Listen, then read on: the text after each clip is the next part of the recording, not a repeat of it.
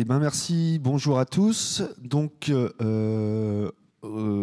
conférence sur l'IA et la créativité.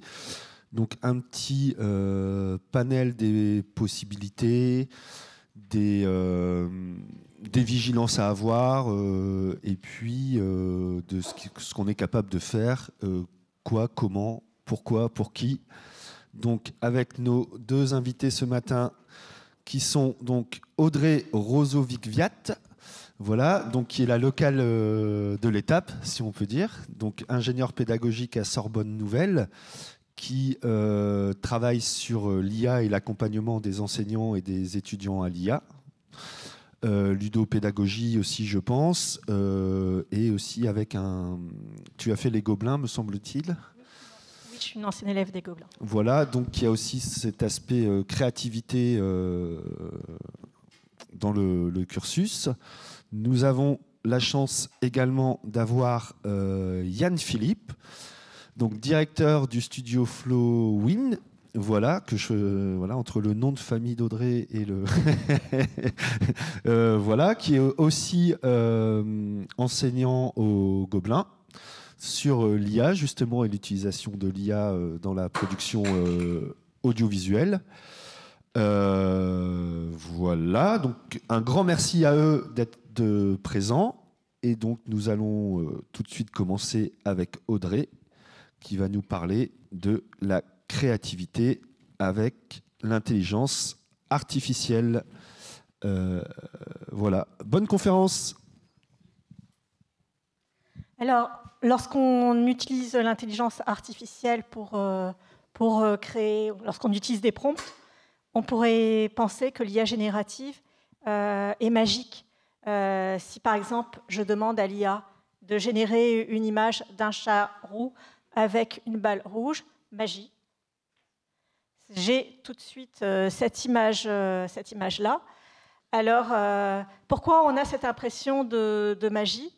Tout d'abord, l'intelligence artificielle générative, elle remplace ce que pourraient faire des humains, qu'ils soient néophytes ou professionnels, comme par exemple prendre une photo d'un chat, réaliser un cliché artistique, etc.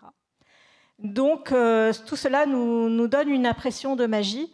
Et justement, si on a affaire à un professionnel, le langage va être beaucoup plus riche dans son prompt. Il va savoir des termes, ce qui fait que l'image qu'on avait initialement est faite par un néophyte à gauche et l'image à droite, elle est beaucoup plus riche parce qu'elle a été faite par un professionnel qui va maîtriser le langage.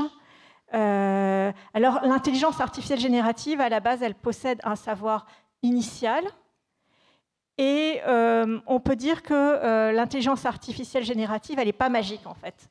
En fait, elle est propositionnelle. C'est-à-dire qu'elle fonctionne avec des propositions. Une proposition, c'est une affirmation qui peut être soit vraie, soit fausse. Par exemple, une proposition vraie, le film de Citizen Kane a été réalisé par Orson Welles. Une proposition fausse, un plan séquence est constitué de plusieurs plans sans couple visible. Et donc, c'est en fonction de ces propositions qu'elle va faire des choix par rapport à ce qui lui paraît vraisemblable. Donc, elle a une représentation structurée du monde. Elle a acquis des savoirs spécifiques, notamment dans le domaine de la photographie, de l'audiovisuel, du cinéma. Et donc, elle va être capable de produire des descriptions textuelles qui vont être vraisemblables. Ça va trop vite, vous allez vraiment très vite. C'est parce que j'ai 9 minutes. On peut prendre le temps. Okay. Alors, il y aura un temps de questions-réponses à la fin. Un quart d'heure.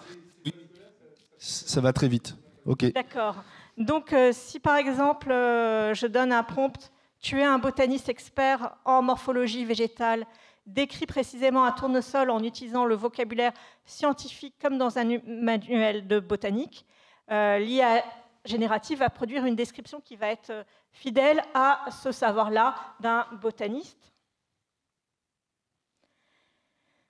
Elle va également, l'intelligence artificielle générative va être capable d'imiter des styles visuels qu'elle a appris. Par exemple, elle va être capable de réaliser une peinture d'un tournesol dans le style de Van Gogh, dans le style de Matisse, et elle va même être capable de combiner les deux. Alors, ça nous donne... donc, elle est aussi capable d'imiter des styles visuels appris, comme le style inspiré par Orson Welles. Et donc, voilà 3 représentations visuelles d'un tournesol. La première selon Van Gogh, la deuxième selon Matisse, la troisième, je combine les deux, et la dernière, je suis inspirée par Orson Welles. Alors, on a aussi, lorsqu'on écrit les prompts, alors c'est vrai que ce soit pour des images, que ce soit pour l'audiovisuel, pour des films, du cinéma, on a un paradoxe de l'absence de mots. Donc, ce qu'on ne va pas dire, l'intelligence artificielle va compléter, elle va choisir elle-même. Donc, si vous ne dites pas, vous lui donnez le contrôle, et elle va prendre le contrôle par rapport à ce qui lui paraît le plus vraisemblable. Par exemple, lorsqu'on demande de réaliser un portrait féminin, elle va réaliser ce portrait féminin par rapport à ce qui lui paraît le plus vraisemblable, parce qu'on n'a pas dit, par exemple, quel était le sujet, le type de portrait, etc. Je vais avancer aussi. Alors, elle va faire cela par rapport à des statistiques. Par exemple, pour un portrait, dans 80% des cas, on a un visage cadré en gros plan. Et donc, c'est vraiment important que vous, lorsque vous écrivez un prompt, vous preniez le pouvoir. Donc c'est important de choisir ces mots, donc le choix des mots, l'ordre des mots, mais aussi le choix des mots, mais aussi l'ordre des mots. Et on va emprunter des 2 outils qui nous viennent de Roland Barthes dans l'élément de sémiologie, qui sont justement le choix des mots et l'ordre des mots. Alors, l'ordre des mots, ça s'appelle la relation syntagmatique. Et en fait, si par exemple j'ai un premier prompt, je vais dire génère une photographie en noir et blanc d'une femme âgée dans une ruelle éclairée par la lumière du soir, et un deuxième prompt génère une photographie en noir et blanc d'une ruelle éclairée par la lumière du soir où se trouve une femme âgée. En fonction de l'ordre des mots, je vais avoir des images différentes. Voilà, l'image à gauche et l'image à droite. La première, le focus est sur la femme âgée. La deuxième, le focus est sur la ruelle. Ensuite, on a la relation paradigmatique. C'est la substitution des mots. Donc, lorsque vous écrivez des prompts, c'est vraiment important d'avoir cette mécanique où je vais réfléchir à quel changement de mots je peux faire. Par exemple, j'ai un premier prompt, génère une photographie en noir et blanc d'une femme âgée dans une ruelle éclairée par la lumière du soir, et je peux substituer donc femme âgée avec femme élégante, ou substituer ruelle avec rooftop urbain. Donc, voilà les résultats.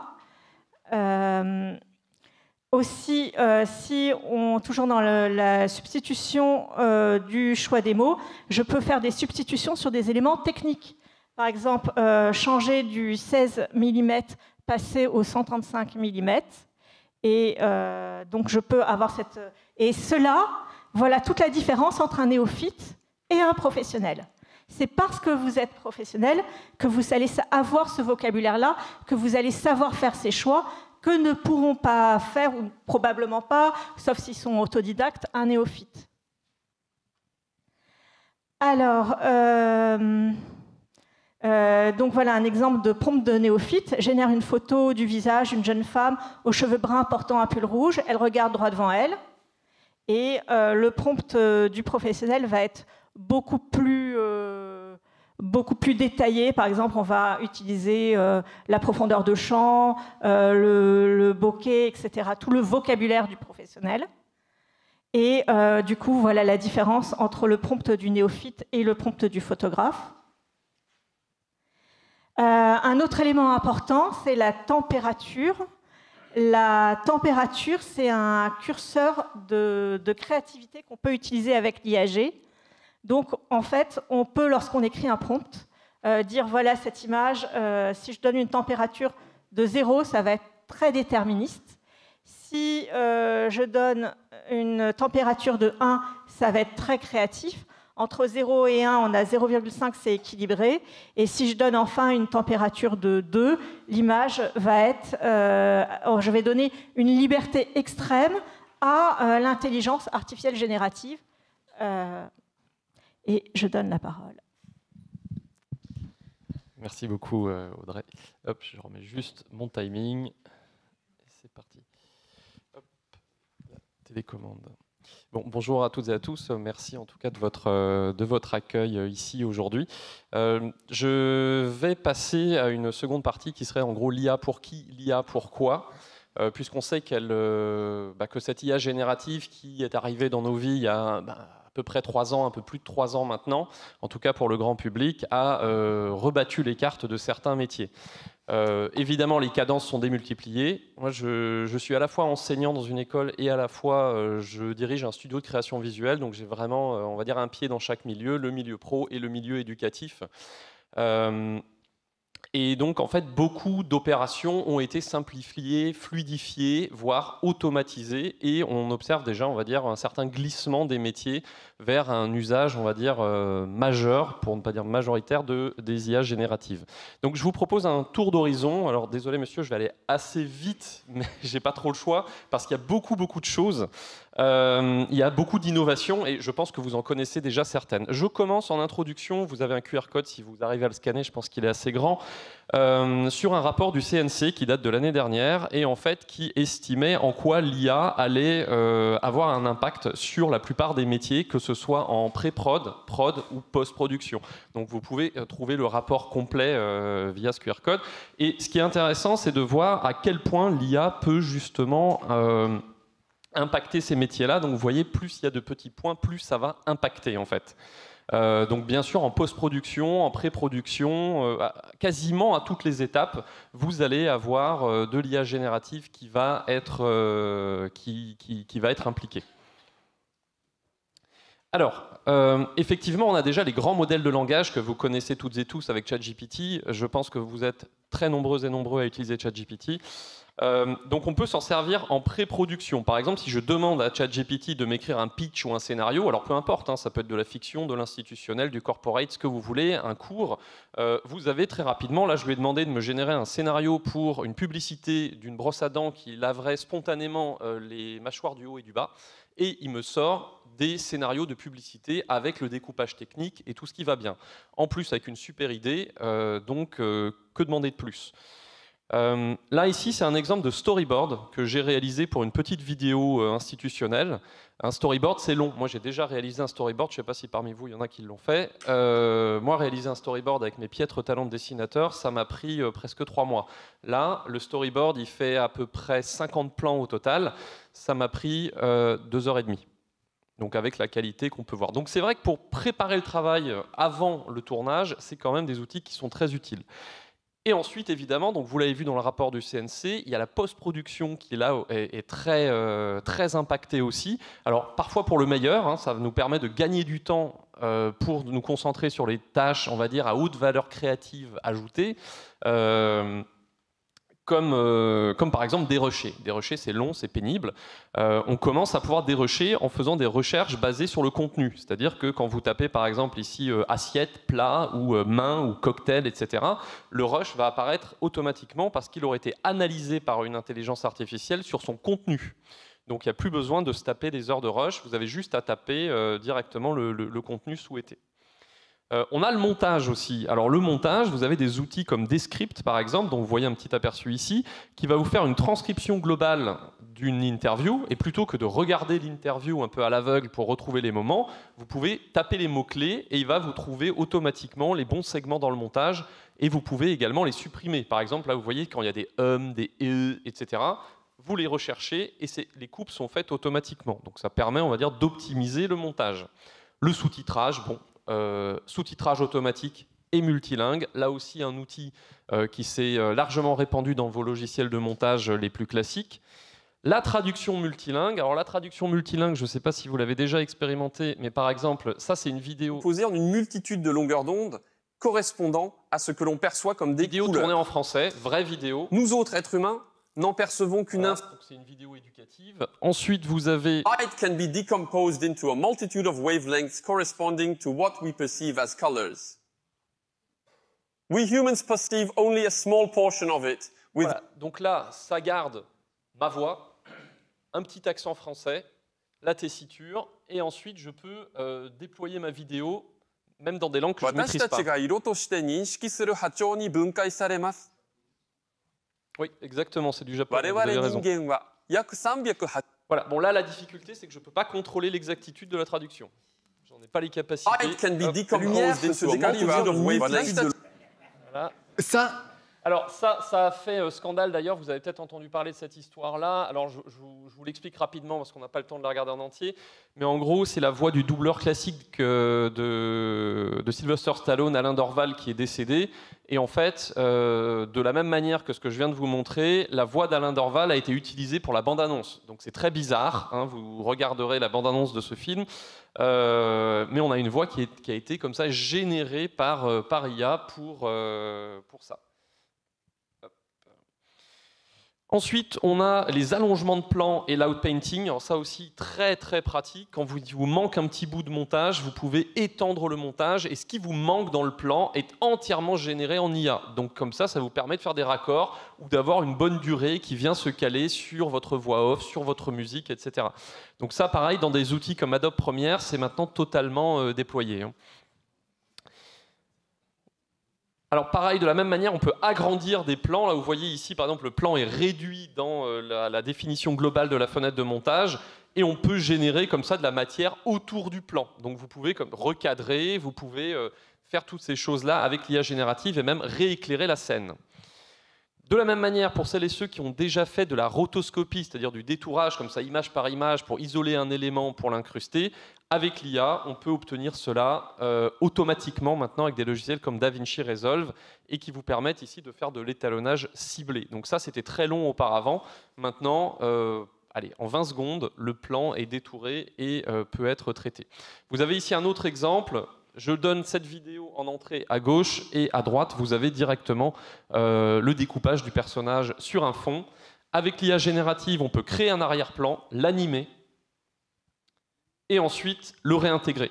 Donc ce qui est impressionnant ici, en fait, c'est le temps passé. C'est que réaliser la post-production de ce plan-là, si certains d'entre vous ont déjà fait ce genre d'opération, auparavant, même en étant très bon, ça prend quand même, allez, en étant très bon, 4 ou 5 heures, on va dire. Là, ce plan-là, ce que vous voyez ici, moi, je réalise ça en moins de 10 minutes. Donc, on peut augmenter là encore les cadences. Hop, donc, pareil pour les fonds. Là, vous voyez un autre exemple qui corrobore un petit peu ce que je viens de dire précédemment. Fond vert, et vous pouvez générer automatiquement avec l'IA des arrière-plans, on va dire, qui vont être convaincants pour le fond vert. Donc ici, hop, voilà, vous avez un fond qui est généré et qui correspond en lumière, en ambiance, et vous pouvez réaliser des intégrations de cette manière-là. Donc les outils d'IA viennent vraiment s'intégrer, on va dire, de manière avec le moins de friction possible dans les logiciels classiques. Vous avez également ce qui s'appelle le vidéo to vidéo. On parle aussi de restyling, donc c'est-à-dire vous pouvez filmer une vidéo et ensuite lui donner n'importe quel autre style en régénérant les éléments à la place de ceux existants. Donc là, vous voyez différents exemples, par exemple les livres qui deviennent de l'architecture, etc. Bon, ça je passe très rapidement, mais si vous numérisez vos vieilles VHS, aujourd'hui vous pouvez en faire de la 4K, vous pouvez en faire de la 8K, du 60 images par seconde avec les IA génératives. C'est un des usages, on va dire, les plus anciens de ces outils-là, mais qui sont toujours impressionnants et qui permettent justement de mettre au goût du jour du contenu un peu daté. Vous avez les outils qui permettent de changer automatiquement le regard, donc c'est-à-dire que si vous avez votre texte à droite et que vous lisez votre texte en vidéo, vous gardez le contact, donc ça très utile pour les capsules pédagogiques si vous n'avez pas le matériel totalement adéquat de type prompteur qui permet vraiment de garder le contact visuel avec vos apprenants. Voilà, ça je vais le passer. Pour le son, il existe tout un tas de choses. Exploration de documents passionnants sur une association vraiment au cœur de l'enseignement supérieur français. Aujourd'hui, on s'intéresse à l'ENSTIA. Alors, petite précision d'entrée, et c'est important, on prononce bien ENSTIA. Oui, avec le son en, comme dans maman, exactement. Voilà. Alors, l'ENSTIA, qu'est-ce qui se cache derrière cet acronyme? Les textes la définissent comme l'Association nationale des services TIS et audiovisuels. Alors là, ce que vous entendez, si vous connaissez sans doute l'outil, c'est Google, c'est Notebook LM. Je lui ai juste donné l'adresse du site de l'ENSTIA et il m'a fait un podcast comme ça. Voilà, c'est assez connu de deux personnes en train de converser sur l'association. On peut générer des visuels fixes ressemblants, donc vous pouvez entraîner une IA sur des concepts qu'elle ne connaît pas, genre des visages, des styles. Donc là, par exemple, toutes ces images de moi, ce n'est pas moi. C'est un avatar virtuel. Alors, c'est rigolo pour les réseaux sociaux, mais là où ça devient intéressant, c'est que vous pouvez générer ce genre de choses. Bonjour Lancia, c'est l'avatar virtuel de Yann Philippe. Je suis ravi d'être avec vous pour cette journée de... Voilà. Donc ça a été entièrement généré. Donc je n'ai pas enregistré ça, j'ai juste donné le texte et la vidéo est générée. Donc là, pareil, ça permet un certain gain de temps. Voilà. Alors au niveau de la publicité et des images, ça a été quand même largement utilisé. Vous voyez ici différentes publicités réalisées entièrement avec des IA génératives pour des images, on va dire, difficiles à réaliser sans. Certaines marques l'adoptent à 100%, comme ici par exemple.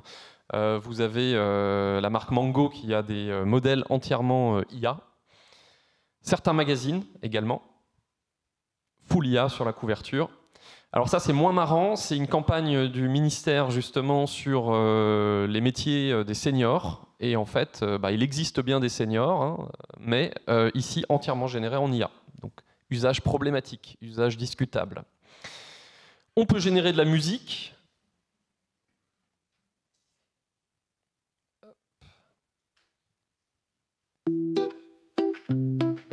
Ça, pareil, je ne sais pas si vous l'avez déjà testé, mais tout ça, c'est entièrement généré. Ta présence s'impose. Anstia unité, claire et compose. Un réseau d'experts, la technique en partage. Pour demain, tu ouvriras un nouveau sillage. Images et clics fusionnent en synergie. Voilà, donc là, bon, ça vaut ce que ça vaut. C'est un peu de la soupe, mais on a entendu pire à la radio. Alors, au niveau de la vidéo, ça a énormément évolué. Vous voyez cette image de Will Smith. Je vais faire vite, Benoît, je me dépêche. Puisque ça, c'était il y a 3-4 ans en haut et aujourd'hui en bas. Et vous avez, hop, je vais passer celle-ci. On a aujourd'hui n'importe qui peut réaliser des vidéos entièrement génératives. Donc, on a vu notamment lors des incendies à Los Angeles que presque la moitié des vidéos publiées étaient fausses. C'était du génératif. Celle-là aussi, je la passe. Et aujourd'hui, n'importe qui peut faire ça. Auparavant, ça demandait quand même des compétences en 3D, en graphisme assez monumentales. Aujourd'hui, vous-même pouvez réaliser ça en 2 heures, avec l'IA générative et quelques photos.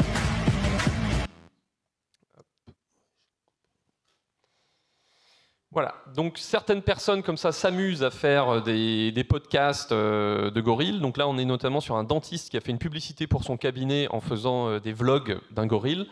Donc il a augmenté sa visibilité, mais alors de manière exponentielle, avec ce genre de vidéos. Et on arrive notamment à un usage, on va dire, plutôt efficace. Ici, vous avez une petite fausse publicité pour Orangina. Tout est fait en IA. Donc vraiment, les acteurs, les plans, le son, les bruitages, tout. Je crois qu'il n'y a que la musique qui a été réalisée par un être humain. Mais sinon, tout le reste, c'est du full IA et du full génératif. Voilà, bon, je vous laisserai la regarder, qu'on avance. Mais vous voyez que la qualité est quand même plutôt bonne. Alors, il y a des aberrations. Là, ça a été réalisé par un professionnel. Hein. Ce n'est pas quelqu'un qui s'est amusé. C'est un directeur artistique qui fait de l'image, qui a une culture, comme le disait Audrey, du vocabulaire, des couleurs, de la grammaire cinématographique, etc., du montage, de l'étalonnage, etc. Et voilà. C'est moi aussi les limites. Eh bien, on enchaîne sur les limites alors. Alors tout ça, évidemment, ça semble illimité, mais non. En vrai, on a quand même certaines limites sur ces IA génératives. Alors il y en a pas mal en fait des limites. Déjà, c'est que j'en discutais avec Audrey avant la conférence, on ne peut pas tout générer. Parfois, vous êtes face à un cas de figure où vous voulez générer quelque chose de précis que vous avez en tête. Et l'IA ne l'a pas forcément dans son dataset, donc dans ses données d'entraînement, et ne va pas pouvoir vous le générer. Donc ce n'est pas illimité. De même, si, je ne sais pas, là on parlait de publicité, donc Orangina c'est connu, mais si maintenant vous sortez une nouvelle marque de jus d'orange et vous voulez faire une image, l'IA n'a jamais vu cet objet-là et ne sera donc pas capable de générer une image de ce nouveau jus d'orange. De même, moi j'ai eu le cas de figure, à un moment donné je voulais générer un puits Donc si vous fermez les yeux et que vous imaginez un puits, je pense qu'on voit à peu près tous le même. On voit le petit cercle en pierre avec un petit toit et un seau suspendu. Ce n'est pas celui-ci que je voulais.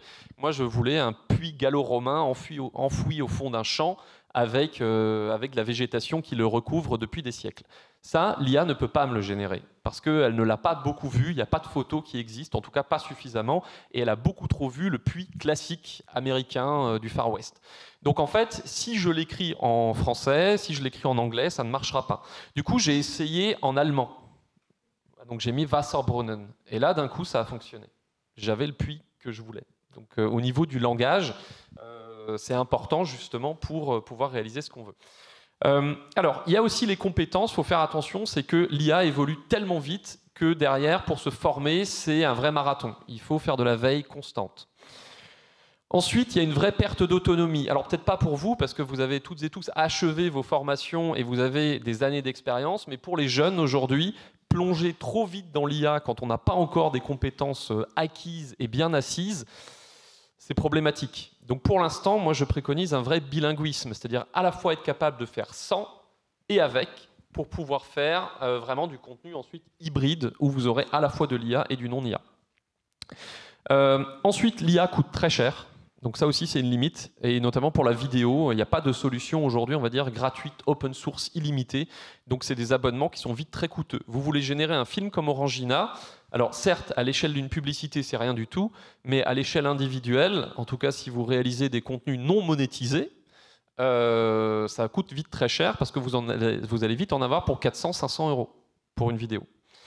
Les données, on ne sait pas où elles vont, on ne sait pas comment elles vont être utilisées ou réutilisées, notamment chez OpenAI et d'autres. Donc on n'a pas de garantie absolue que des données peut-être sensibles ne sont pas réutilisées. Et ensuite, attention aux emplois. C'est que là, par exemple, vous avez vu, moi j'ai fait un storyboard. Dans l'idée, je n'ai pas fait appel à mon copain storyboarder pour lui filer le job. Donc là encore, ça soulève de véritables questions éthiques. Restent les questions aussi de post-vérité. Donc ça aussi, pour moi, c'est une grosse limite. Là, vous avez une image d'une séquence dont vous avez sans doute entendu parler en Iran, d'une étudiante qui s'est dévêtue devant son université. Donc ça, c'est la vraie image. Derrière, vous avez eu beaucoup d'hommages qui ont été réalisés sur Internet par tout un tas d'individus sous la forme de caricatures, parce que, évidemment, l'image ici n'était pas suffisamment attirante pour le clic, donc on crée des images qui sont plus démonstratives. Donc ça, moi, ça ne me pose pas de problème, la caricature a toujours existé, et c'est très bien, et c'est parfait, c'est de l'illustration. Par contre, ça me pose problème. Voilà. Et ça, ce sont des individus qui illustrent cet événement, pour lequel il y avait très peu d'images, avec l'IA. Sauf que là, l'IA, elle est biaisée. Et évidemment, si on lui demande une femme dévêtue, ce qu'elle a le plus vu, c'est des images, on va dire, publicitaires, sexy, etc.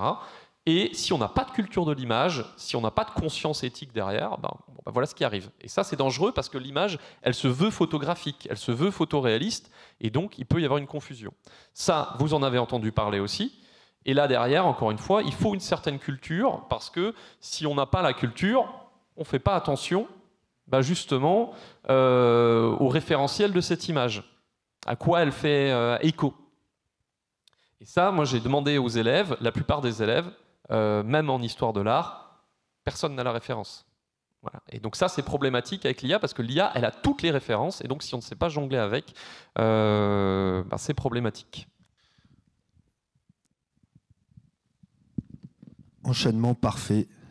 Alors, effectivement, on a vraiment besoin en tant que, et je vais plaider pour les professionnels, l'avantage, c'est qu'ils ont cette culture qui va faire qu'ils vont avoir une avance par rapport aux néophytes, donc les professionnels et les autodidactes qui se sont formés.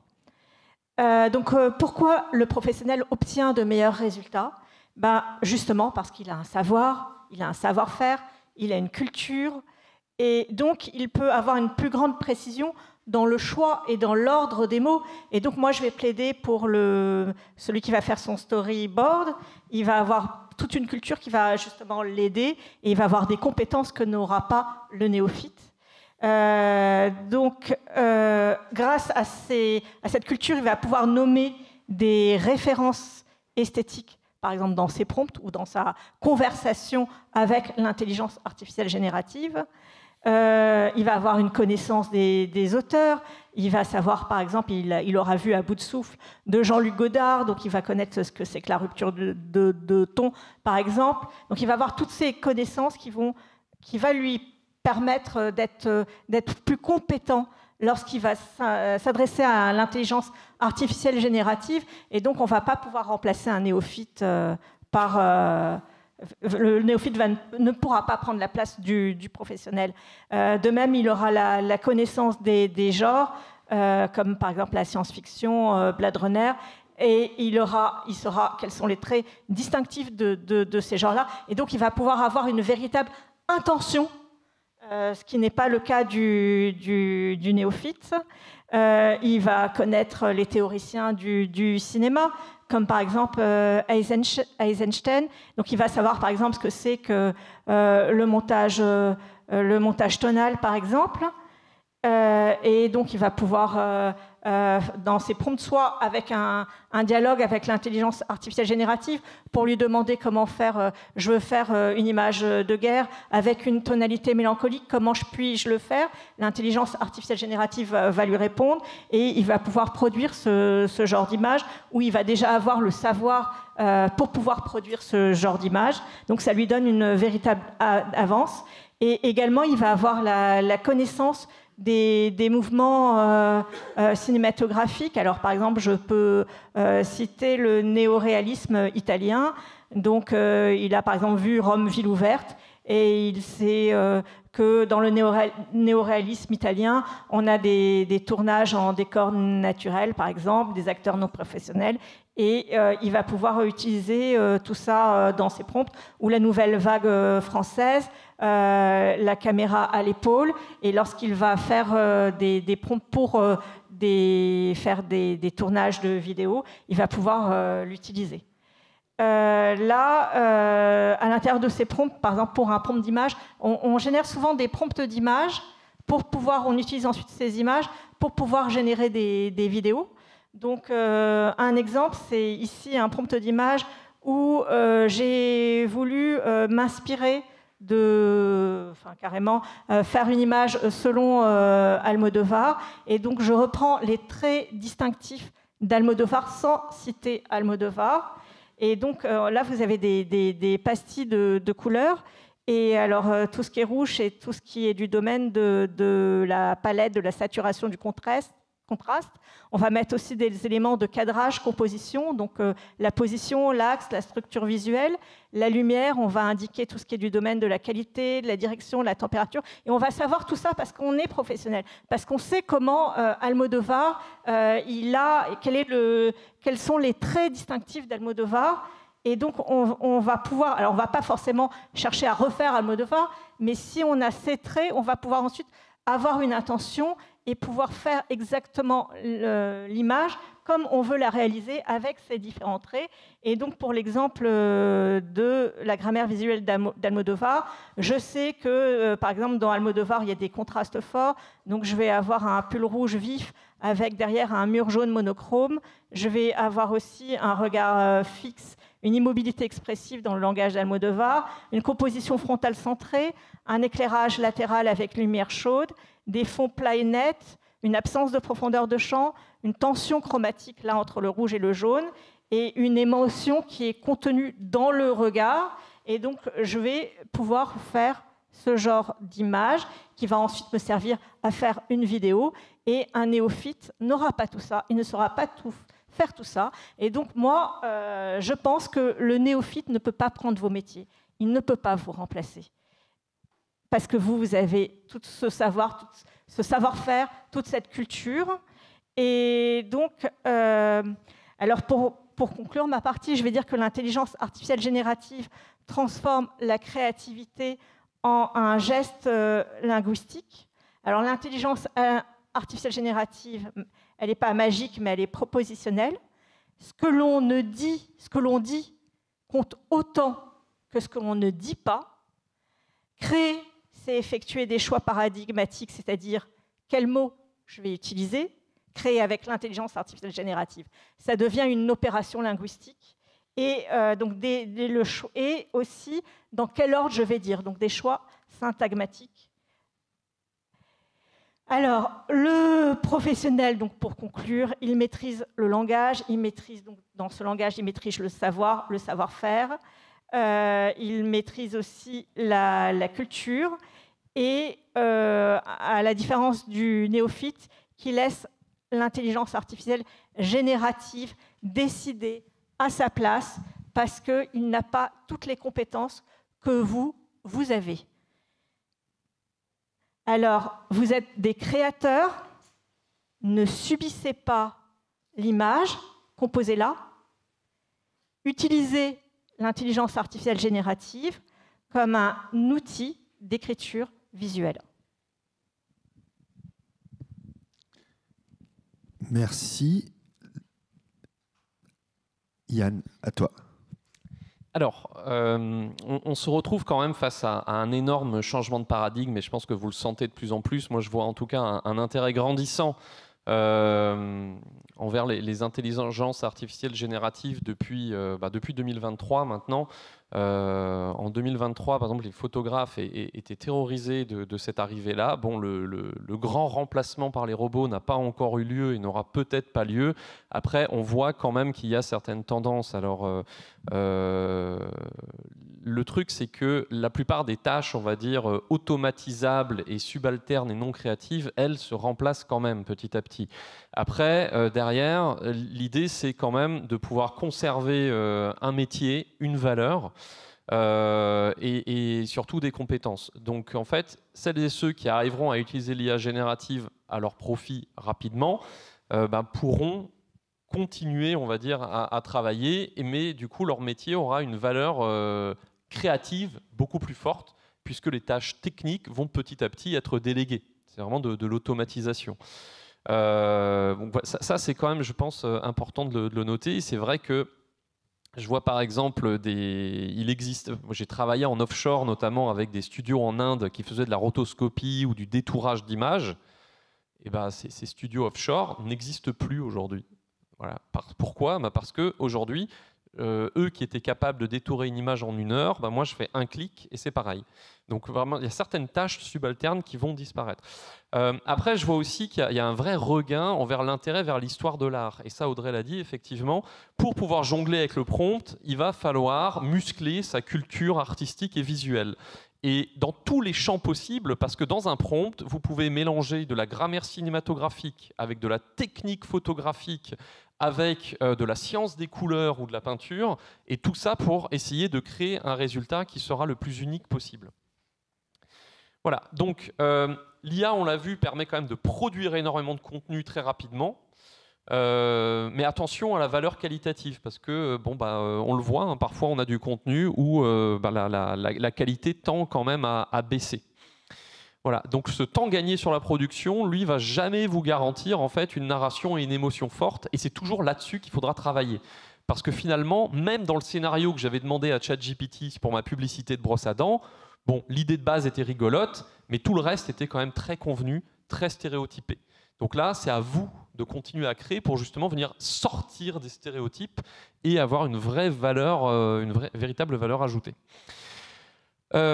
Ensuite, il y a un véritable problème qui commence à se poser en fait d'authentique versus le génératif. Il va falloir de plus en plus prouver le réel, ce qui est vrai. Et c'est vrai que l'IA érode la confiance. Alors j'ai mis malgré, mais c'est malgré ou à cause de, finalement, son réalisme. Et comme je vous l'ai montré tout à l'heure, la photo de l'étudiante qui protestait en Iran, le souci c'est que quand on lit les commentaires là-dessus, je suis effaré de voir que 60 à 70% des commentaires prennent cette image pour argent comptant, comme si c'était une représentation véridique d'un événement passé. Voilà, donc vous haussez les sourcils, mais attention, vous êtes des professionnels de l'image. Vous savez lire une image pour l'instant. Moi, cette année, je me suis fait avoir par une image IA. Ça ne m'était pas arrivé pendant 2 ans, j'avais passé les tests haut la main, et là, d'un coup, paf, voilà, je n'ai pas su détecter. Et donc, demain, après-demain, ce sera la même chose pour la vidéo. On n'arrivera plus à détecter. Voilà, donc, et alors là, pour l'instant, on fait quand même le distinguo entre IA, pas IA. mais ça c'est une question que je me pose quand même depuis un certain moment, c'est et qu'en est-il des contenus hybrides? C'est-à-dire qu'une image réelle avec un peu d'IA ou une image IA avec un peu de réel, ce qui constitue quand même le gros, on va dire, de ce qu'on voit un petit peu partout aujourd'hui. Voilà, donc là, il va être important quand même d'instaurer des chaînes de confiance et de labelliser un peu le contenu, de dire ça c'est réel, ça c'est pas réel. Les réseaux sociaux commencent à le faire, avec Instagram notamment, hein, ou même LinkedIn qui appose généré par IA. Ce sont des initiatives hein, qui sont plutôt bonnes mais pas suffisantes. Et derrière, on voit apparaître des collectifs de créateurs, de créatifs, qui montent des labels, là vous voyez, sans IA générative ou not by AI, etc., pour valoriser du contenu fait main.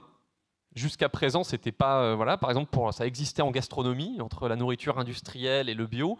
Là, pour l'image, ça commence à émerger aussi le fait main, le fait maison et le génératif. Donc, quand même, avec cette distinction qualitative entre les deux. Bon, ça, je vous donnerai le tableau parce qu'il est assez long. Mais quand je parle de changement de paradigme, c'est vrai que notre rapport et notre regard à l'image est totalement redéfini pour tout à chacun, mais aussi en fonction des générations. C'est-à-dire qu'entre vous, vos parents ou vos petits-enfants, ce rapport à l'image n'est pas le même du tout. Et donc, il y a un changement au niveau de la consommation. Donc, on voit notamment qu'il y a quand même un essor monstrueux des vidéos de moins de 60 secondes. Hein. C'est aujourd'hui un contenu qui est plébiscité, même de manière éducative. Hein. Il faut faire, moi, quand on me demande des tutos, maintenant, on me dit il faut un tuto technique ou pas d'ailleurs, mais il faut que ça dure 1 minute. Alors que bon, moi j'aime bien expliquer, aller dans le fond du sujet, et si ça dure 1 heure, ça durera 1 heure. Non, aujourd'hui, ce n'est plus, ça ne marche plus. On a une perte, on va dire, d'attention.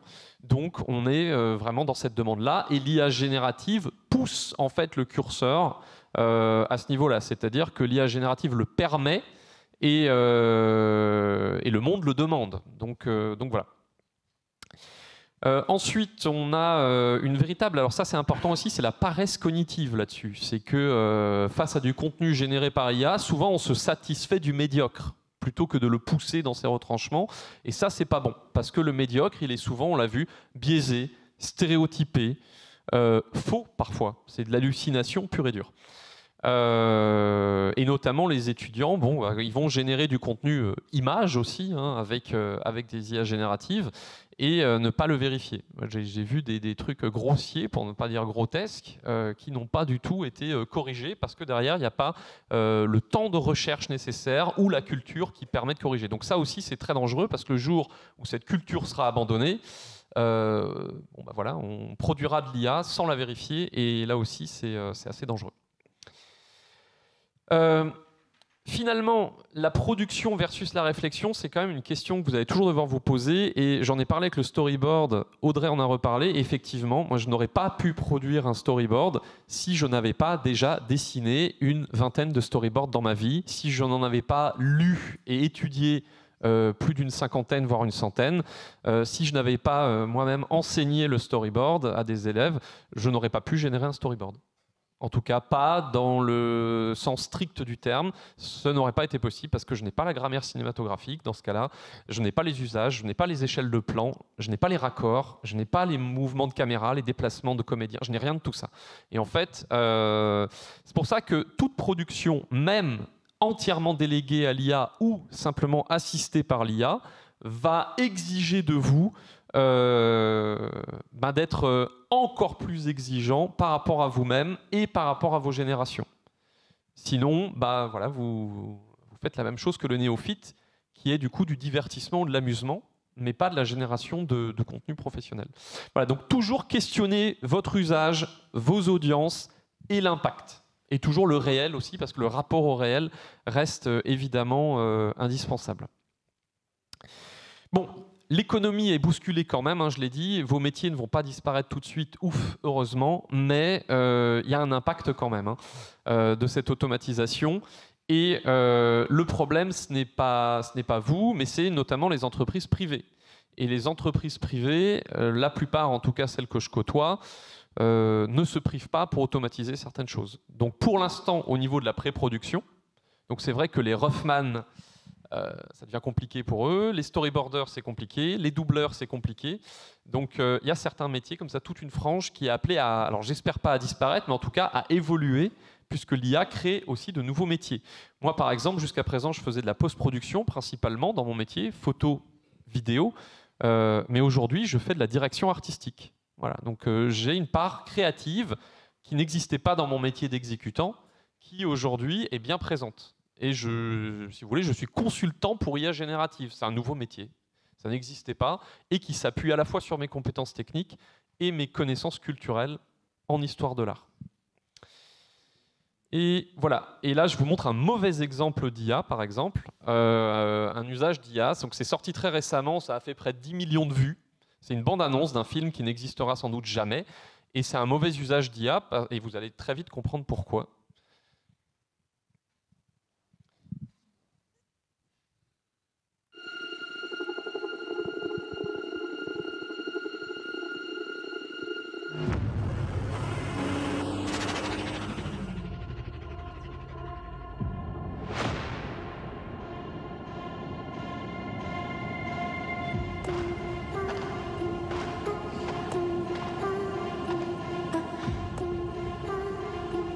Is that what I think it is?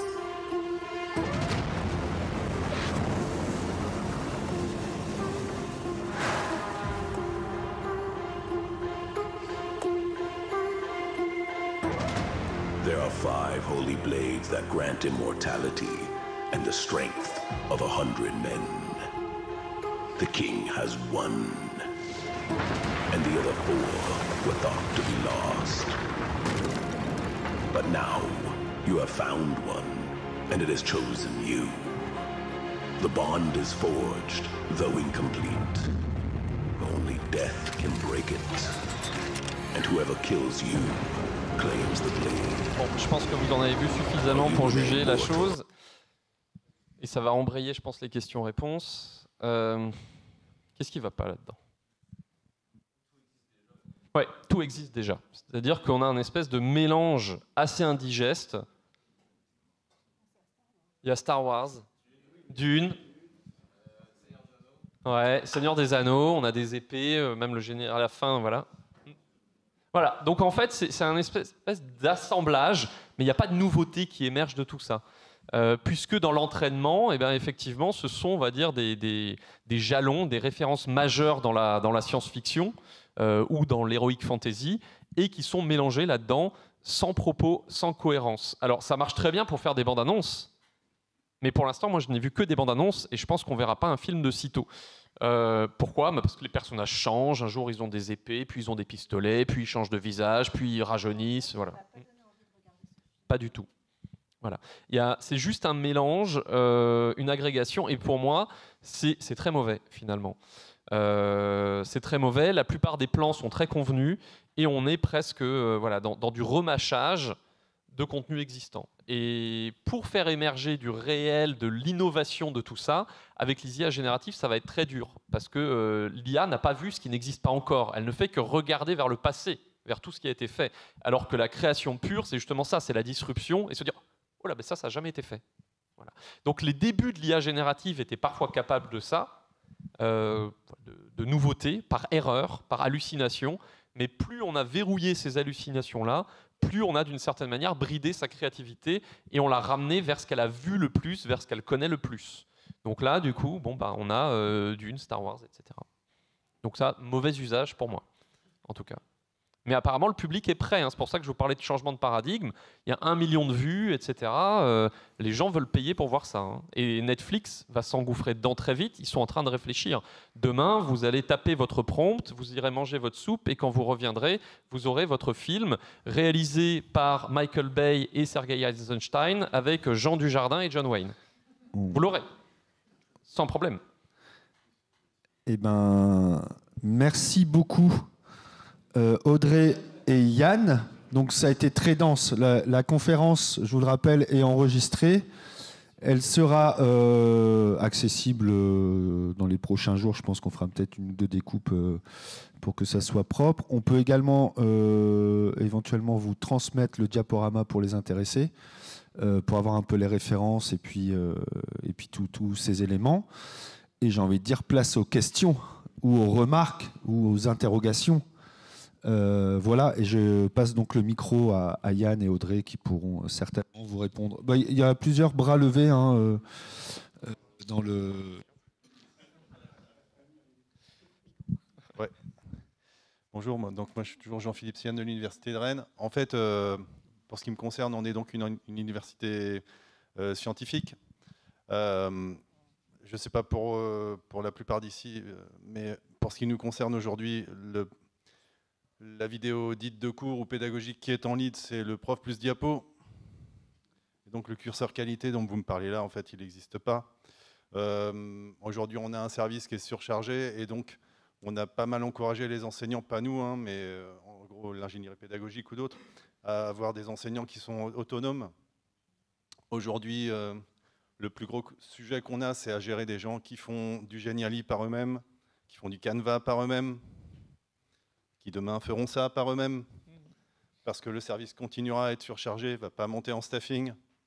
Et voilà, c'est tout. En fait, c'est là qu'est le gros problème.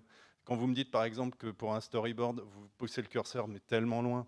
En fait, aujourd'hui, nous, dans le service, quand on fait un storyboard, on fait des hommes bâtons et on positionne nos caméras avec des V. Vous voyez ce que je veux dire ? Donc, j'entends tout ce que vous dites là sur la question du curseur qualité, mais en fait, le curseur qualité dont vous parlez là, on n'y va pas, nous. Enfin, en tout cas, pas moi. Vous voyez, donc déjà aujourd'hui, je ne vois pas bien comment, d'un seul coup, cet outil-là, déjà, j'ai du mal à ne pas faire rentrer RapidMOOC chez moi, vous voyez ce que je veux dire ? Enfin, je pense que parfois, dans nos services, on en est tous un peu là, en fait. Hein. Donc, quand je vois ça arriver, finalement... l'autre sujet que j'ai, c'est sur le doublage en linguistique. J'ai posé la question, par exemple, parce que nous, on est partenaire EDUC, par exemple, à l'Université de Rennes. Et j'ai posé la question pour des enseignants qui ne sont pas forcément anglophones ou pas forcément francophones, typiquement qui sont hispanophones, italophones, que sais-je.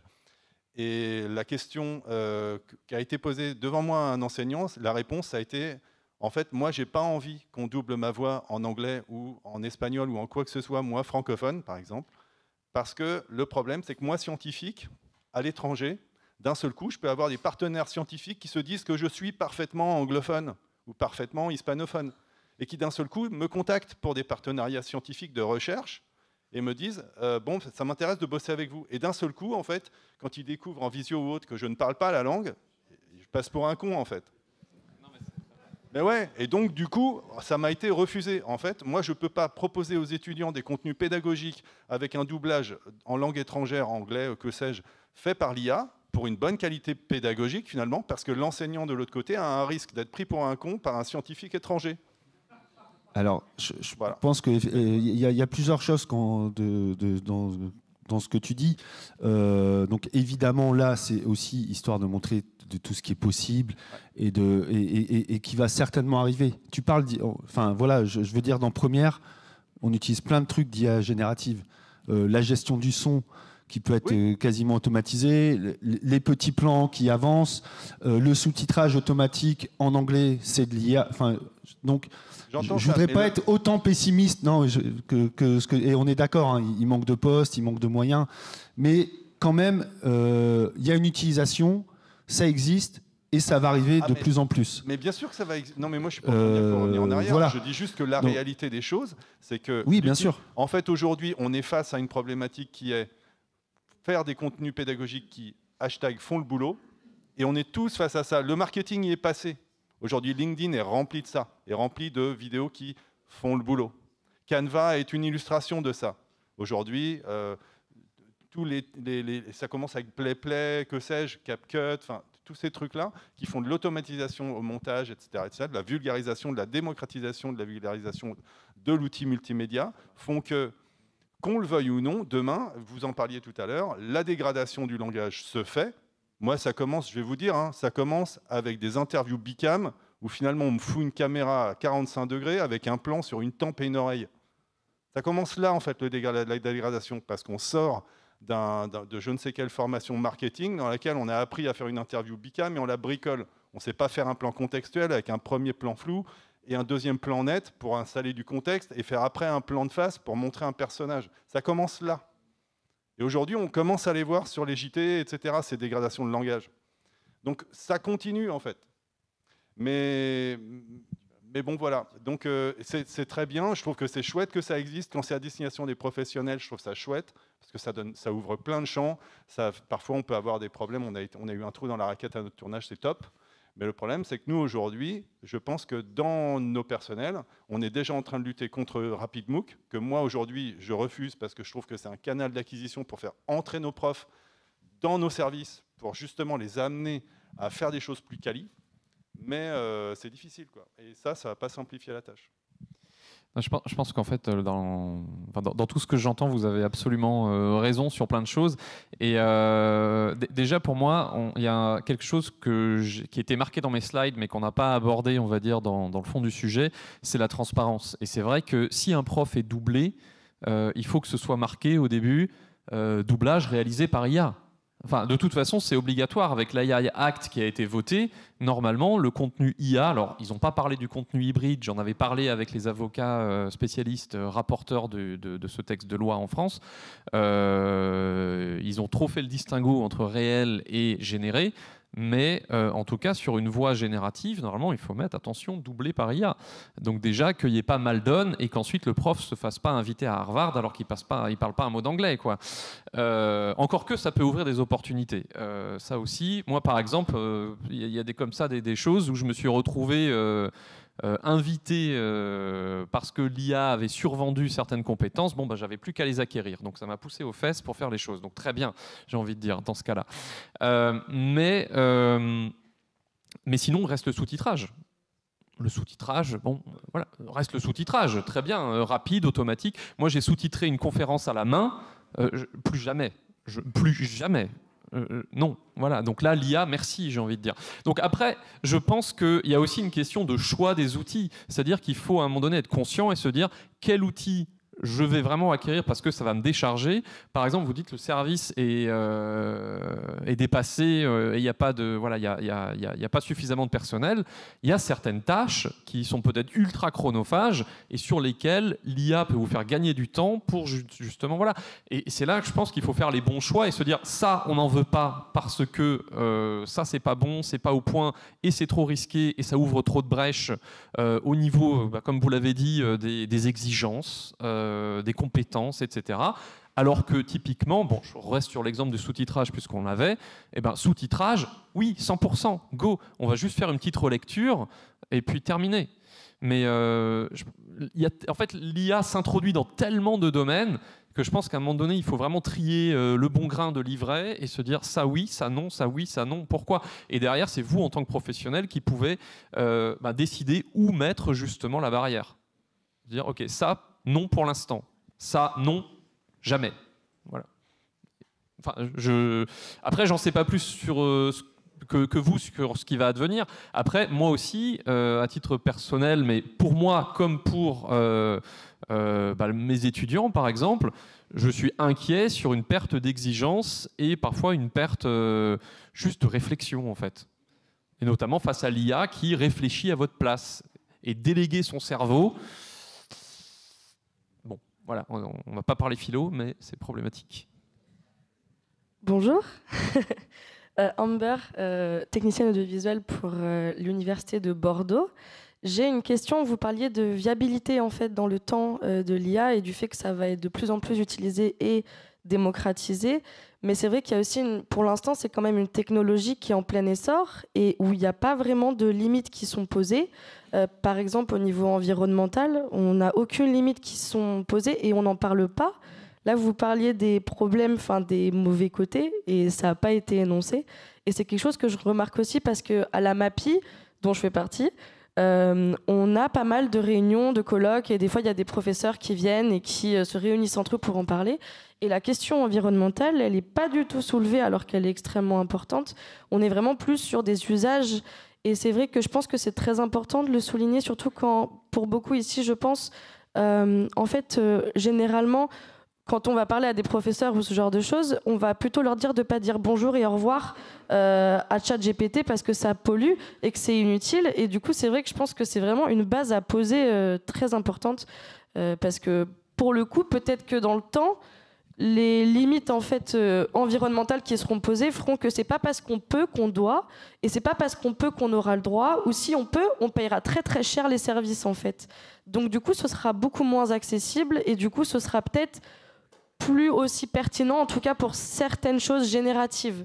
Après, le mettre au service de technologie et de science et de petites choses chronophages, pourquoi pas?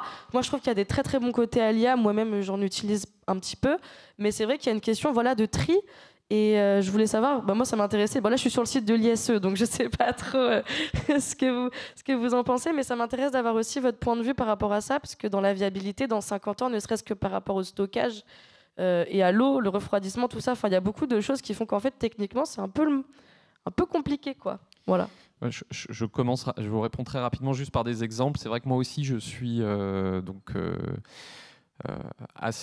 me sens concerné en tout cas par ces questions écologiques. Et c'est vrai que par rapport à ce que je générais au début, quand j'ai découvert Midjourney en 2022 déjà, en mai 2022, et en fait...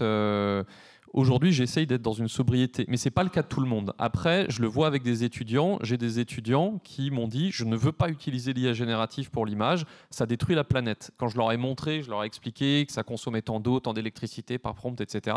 J'ai une fille en classe, et ce n'est pas une blague, qui a pleuré. Tout simplement. Donc oui, ça consomme énormément, mais le problème, c'est qu'on est tous à générer beaucoup, et que moi, je vois des étudiants qui prennent ChatGPT pour faire 3x7. La consommation derrière, c'est une catastrophe, quoi. Donc, il ne faut surtout pas faire ça. Après, le vrai problème, c'est que, comme vous le dites, c'est passé sous silence. Là, on n'en a pas parlé parce que on était sur d'autres sujets, et puis c'est pas vraiment une limite, on va dire, puisque c'est une limite qu'on va s'imposer à nous-mêmes, en fait. C'est pas la limite de la technologie. Je parlais vraiment en termes européens, quoi. Ah oui. Mais moi, pour avoir fait plusieurs conférences sur l'IA, souvent on me dit non, mais l'écologie, on n'a pas le temps, supprime cette partie. On me l'a dit 3 fois, ça, déjà. J'ai fait une conférence auprès de grands cadres d'une société d'assurance que je ne vais pas nommer. Et clairement, on est venu me voir à la fin, on m'a dit « Non, mais avec l'écologie, tu leur as fait peur. Tu ne peux pas sortir un discours un peu rassurant là-dessus ?» Je dis « Non, mais moi, je sais, j'ai pas de... Voilà, j'ai pas de... » Voilà. Oui, voilà. Juste pour finir, c'est vrai qu'en plus, là, on est à 3-4% d'émissions, mais bientôt, ce sera la prévision, c'est 60%. Donc, c'est un peu... Je pense que quand on parle, en fait, de l'utilisation de l'IA et d'en faire une utilisation intelligente, c'est d'autant plus important. Et juste pour finir, moi, du coup, j'ai une piste, mais je ne sais pas si vous avez un peu bossé dessus. C'est en fait le fait d'entraîner nos algorithmes pour qu'ils soient plus légers. J'en ai pas fait l'utilisation, j'en ai pas non plus participé, mais est-ce que vous pensez que c'est quelque chose où le public pourrait en fait... Donc forcément, il y a des gens qui vont entraîner ces algorithmes pour qu'ils soient plus légers pour la planète, etc. Mais du coup, est-ce que c'est quelque chose où le public pourrait aussi avoir un rôle à jouer, chacun en tant que professionnel, en fait, pour peut-être participer à entraîner des algorithmes, je sais pas, s'il y a des projets qui existent ou ce genre de choses? Alors, en tout cas, on peut toujours essayer, mais... Moi, en tant que professionnelle donc à l'université Sorbonne Nouvelle, je forme des enseignants, je donne des formations au sein de la bibliothèque Sorbonne Nouvelle. Et dans mon travail, c'est important de former les usagers. Il y a cet aspect-là. Il y a toujours une partie qui est sur le rapport à l'écologie. Et une des choses que je montre en particulier, il y a un outil qui s'appelle Compare IA, qui permet de pouvoir voir les différences. On donne un prompt et voir les différences entre différents outils et savoir exactement qu'est-ce que ça consomme et donc d'être plus conscient en fait.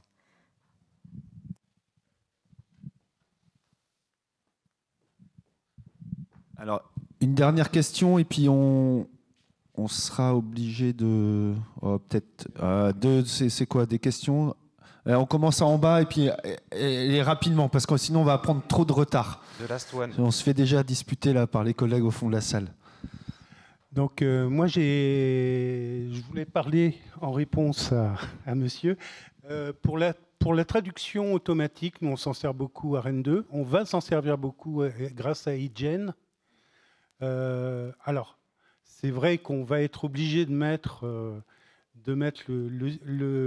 le filigrane généré par IA, mais on se rend compte que c'est extrêmement efficace. Comme on a beaucoup de linguistes, de de cours de langue et tout ça là-bas, on a un panel de personnes qui parlent la langue.